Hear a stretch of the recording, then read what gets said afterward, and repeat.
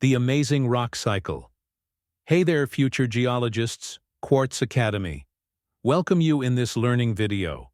Today we're diving into the exciting world of the rock cycle.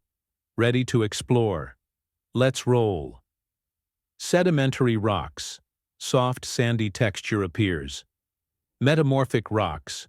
Shiny, layered patterns emerge. Igneous rocks. Lava cooling into solid rock.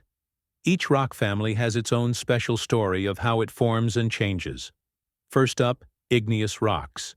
Born from fiery volcanoes, they form when molten magma cools and hardens into solid rock. Next, we have sedimentary rocks.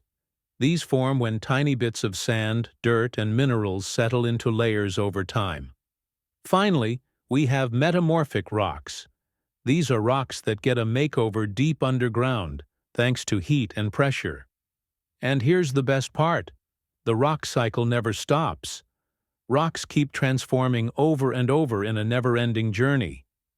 Keep exploring, rock stars. The Earth has so many secrets waiting for you beneath its surface. See you next time. Don't forget to like, share, and subscribe.